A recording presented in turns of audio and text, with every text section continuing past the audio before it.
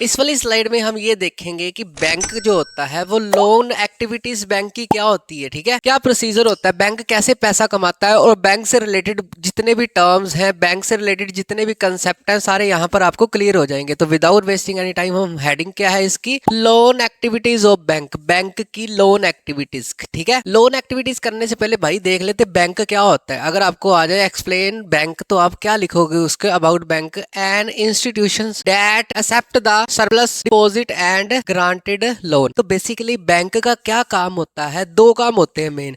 एक क्या लिखा है मैंने यहाँ पर, डिपॉजिट्स को एक्सेप्ट करता है, डिपॉजिट मान लो कोई जमा करके आए उसको रोकता नहीं है, मतलब उसको मना नहीं करता, अपने पास उसके पैसे रख लेता है। दूसरी बात ग्रांट्स लोन, ग्रांट्स लोन का मतलब क्या होता है, लोन देता है, ठीक है। आई होप ये छोटी सी बैंक की डेफिनेशन आपको अच्छी तरह समझ आ गई। आगे बढ़ते हैं। जो बैंक होता है ना, बैंक का रिलेशन दो मेन क्या होता है, दो पर्सन के ऊपर डिपेंड होता है, ठीक है। एक बैंक में डिपॉजिटर्स होते हैं और एक बैंक के बोरोवर्स होते हैं, ठीक है। डिपॉजिटर कौन से लोग होते हैं, जो पैसे जमा करवाते हैं, ठीक है। बोरोवर मतलब बोरो करना मतलब उधार लेना या लोन लेना। एक लोग होते हैं जो बैंक से लोन लेते हैं, ठीक है। एक एक करके दोनों की डेफिनेशन को रीड करते हैं, ठीक है। डिपॉजिटर कौन से लोग होते हैं, people make deposit and get interest. समझो इस बात को ध्यान से, लोग अपना पैसा बैंक में जमा करवाते हैं, उसको क्या बोलते हैं, डिपॉजिटर। और सबसे मेन बात, उसके ऊपर क्या मिलता है उनको, इंटरेस्ट मिलता है, ठीक है। उनके पैसे जमा होते हैं तो बैंक उसको इंटरेस्ट देता है, ठीक है। दूसरी बात, बोरोवर्स कौन से होते हैं, जो लोन लेते हैं, ठीक है। People take loan and repay loan with high rate of interest. जो लोग बैंक से लोन लेते हैं, मान लो किसी ने कोई बिजनेस शुरू करना है या किसी भी तरीके का, तो वो लोग बैंक से लोन लेते हैं, एक ऐसे लोग होते हैं बोरोवर होते हैं। और दूसरी बात, हायर इंटरेस्ट के साथ वो बैंक को पे कर देते हैं, ठीक है। आई होप यहाँ तक आपको तीन कंसेप्ट पता चल गए, एक तो बैंक की डेफिनेशन और एक डिपॉजिटर और बोरोवर की डेफिनेशन आपको अच्छे से समझ आ गई, ठीक है। अब मैं ना आपको समझाता हूँ, हाँ भी बैंक पैसे कैसे कमाता है, ठीक है। समझाऊंगा कैसे, ब्लैक स्क्रीन के ऊपर, ठीक है। Loan activities of bank heading है ना जो, उससे हमें ये पता चलेगा अब कि बैंक कैसे अपनी अर्निंग करता है, ठीक है। अब जो बैंक होता है ना, उसका रिलेशन टू मेन पर्सन के साथ होता है। जैसे मैंने बताया, डिपॉजिटर होते हैं और बोरोवर्स होते हैं। डिपॉजिटर मतलब पैसे जमा करवाने वाले, बोरोवर्स मतलब लोन लेने वाले, ठीक है।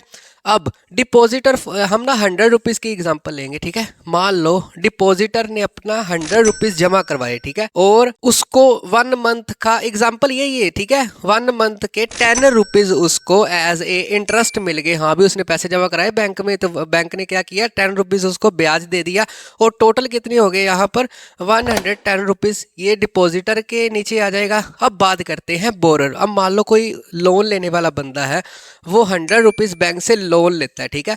और बैंक, मैंने यहाँ पर लाइन लिखी थी ना, हायर रेट ऑफ इंटरेस्ट। मान लो इसका रेट ऑफ इंटरेस्ट क्या है, 30 रुपीज बना, ठीक है।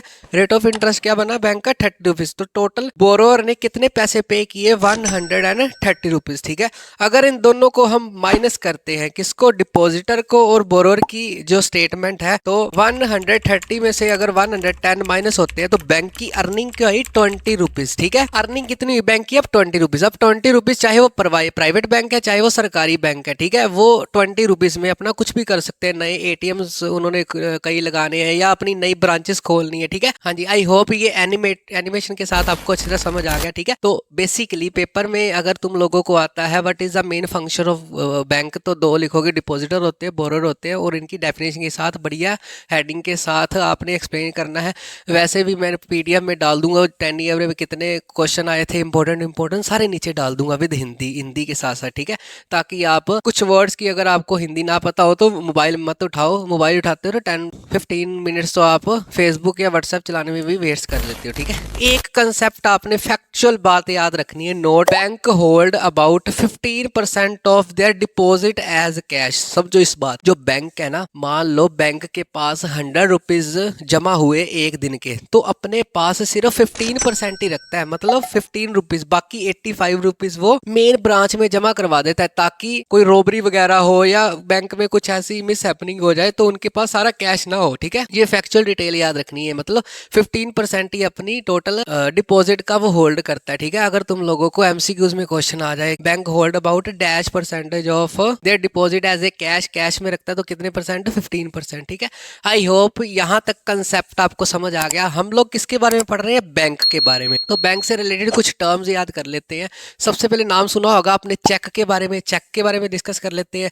और बैंक से रिलेशन है किसका, डिमांड डिपॉजिट के बारे में। तुम लोगों को फुल फ्लैश क्वेश्चन आ सकता है अबाउट चेक और डिमांड डिपॉजिट, तो आपने जो मैं कराऊंगा एज इट इज लिखना है, ठीक है। सबसे पहले चेक के बारे में बात कर लेते हैं। चेक जैसे आप पिक्चर देख रहे हो ना, एक पेपर के जैसा होता है, ठीक है। बेसिकली इसका डेफिनेशन क्या है, चेक की डेफिनेशन ध्यान से रीड करना, ठीक है।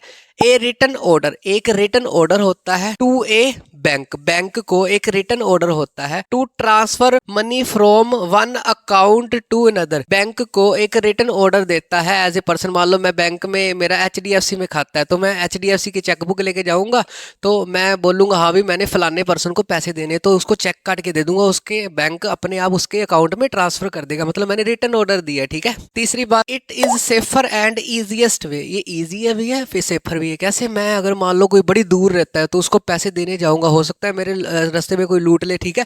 तो जैसे ही मैंने चेक उसके अकाउंट में अकाउंट नंबर में लगवा दिया तो अपने आप बैंक उसको पैसे दे देगा। इजी भी है और सेफर भी है, ठीक है। अगला कंसेप्ट डिमांड डिपॉजिट, अपने नाम से पता चल रहा है, डेफिनेशन पढ़ूंगा ना तो और समझ आ जाएगा, ठीक है। Deposit in the bank account, जब हम डिपॉजिट करवा देते हैं बैंक अकाउंट में, which can be withdrawal on demand, जैसी हमारी डिमांड होगी वैसे हम निकलवा सकते हैं, ATM से निकलवाएं या बैंक में जाके निकलवाएं, तो जैसा नाम है वैसे ही उसका काम है। डिमांड डिपॉजिट मतलब डिमांड पे डिपॉजिट करवाई रकम को अपनी डिमांड से निकालना, ठीक है। अगली बात, people earn interest on it, जो डिमांड डिपॉजिट है ना, पैसे जमा करवाते हैं लोग, उसके ऊपर इंटरेस्ट लेते हैं, जैसे मैंने यहाँ पर बताया था डिपॉजिटर जो होते हैं, ठीक है। अगली बात, जो डिमांड डिपॉजिट होता है ना, also consider as a money consider किया जाता है, ठीक है। डिमांड डिपॉजिट होता है, ठीक है। अगर तुम लोगों को आ जाए dash is consider as a money, तो क्या लिखोगे, उसका आंसर डिमांड डिपॉजिट ही, ठीक है।